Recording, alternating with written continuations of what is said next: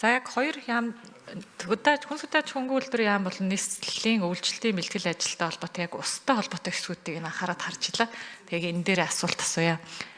За худаг уст цэг гэд мэдээлэл дээр байгаагаар бол энэ онд улсын төсвийн хөрөнгө оруулалтаар 52, гадаадын төсөл хөтөлбөрийн 30, орон нутгийн төсвийн 235, малчтын өөрсдийн санаачлагаар 80 худаг гэд нийт 397 удыг ашиглалтанд оруулсан юм байна.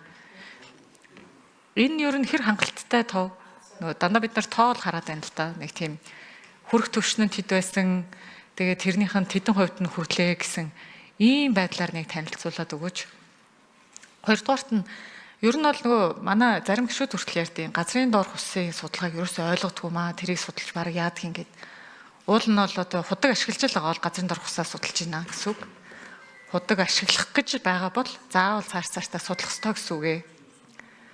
Тэгэхээр яг энэ судалгаа бас хэр явцтай явж байгаа юм бол за ингээ хоёр дахь одоо хүн сүдэн аж ахуйн хөнгө үйлдвэр яамтай холбоотойгоор танилцуулсан танилцуулгаас нэгийг асуугаад гурав дахь нь магадгүй байгаль орчны яам одоо сайд байгаа юм чинь хариулаа явах юм болов уу?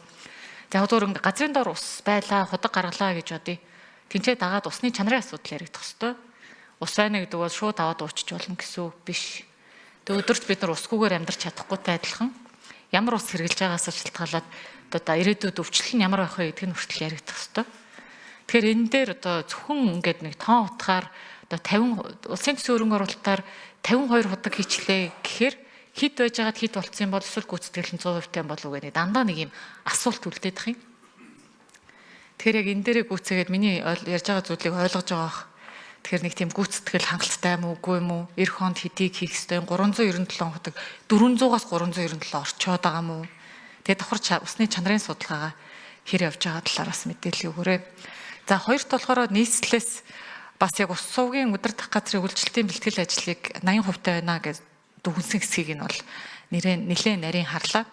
Тэгэхээр эрчимжүүлэх ажил 2025 оны бүтээн байгуулалтуудаас эрчимжүүлэх ажил гэдгээ дэлгэрэнгүй тавьж өгсөнд талархал илэрхийллээ. За тэгэхээр усны шинэ цэвэрлэх байгууламжтай холбоотой хэсгүүд байна л да. Одоо нэг усыг бид нар ашиглаж байгаа юм чи эргээгээ дахин ашиглуулах хэрэгтэй гэдэг концепц чинь бол зөв. Энэ төсөл ингээ хурдан орчоосоо. Тэгэхээр нөө технологийн гормоо хүдний удирдлаас өмнө зөвшрүүлэн гэсэн байна. Тэгэхээр одоо бараг болцсон тий.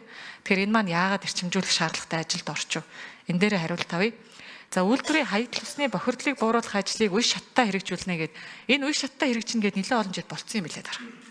Тэгэхээр энэ бас л эрчимжүүлэх шаардлагатай байгаадах юм. Тэгэхээр энэ дээр бас нэмэлт тайлбар авъя. За эхлээд хөдөөж хуйм дараа нь нийслэл хариулъя. Жамбал сарн дараах 3 нөмөр. За оюун гишүүний асуултанд хариулъя. Нийт Монгол улсын газар нутаг за тухайн бүс сум багуудад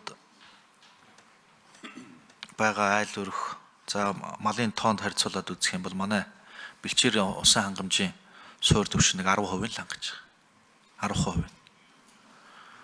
Тэгээ жилд бид нар улсын төсвүүдээр 1 тэрбум төгрөгийн нэг төсөв тавьдаг. Энэгээрээ нэг 54-5 худгал одоо жилд гаргаж яддаг. Эргээд их усүр байгаад зардал мөнгө байдаг бол боломжтой хэмжээнд нь усны хайгуул судалгаа хийсэн бүсүүдтэй худаг ус гаргах хэрэгцээ шаардлага бол маш их өндөр байна.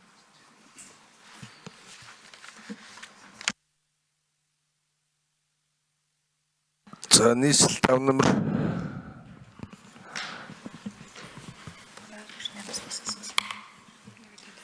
За Улаанбаатарын захирчийн ажил аламжийн хотын инженерийн дэд үтсийн газар дээр халтан гэрэл.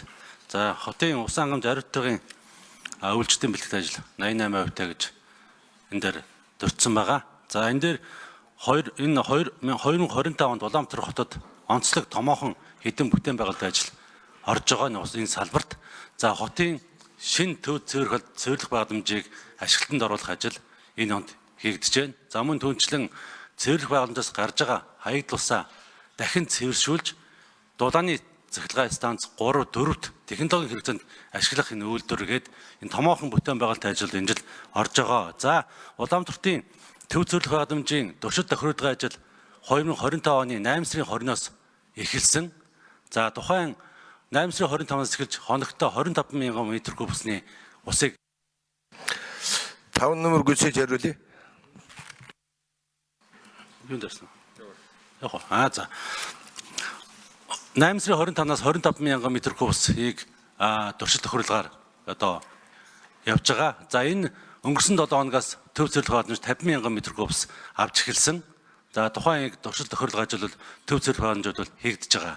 За мөн төв зөвлөх байгууламжаас гарч байгаа усыг дахин хаягд усыг дахин боловсруулах үйлдвэрийн туршилтын ажил мөн 10 сарын 1-ээс эхэлсэн. За өнөөдрийн байдлаар жоохон тэн дээр үйлдвэрийн үйлдвэрээс одоо энэ цэвэрлэх үйлдвэрээс гарч байгаа усны чанар жоохон асуудалтай байгаа.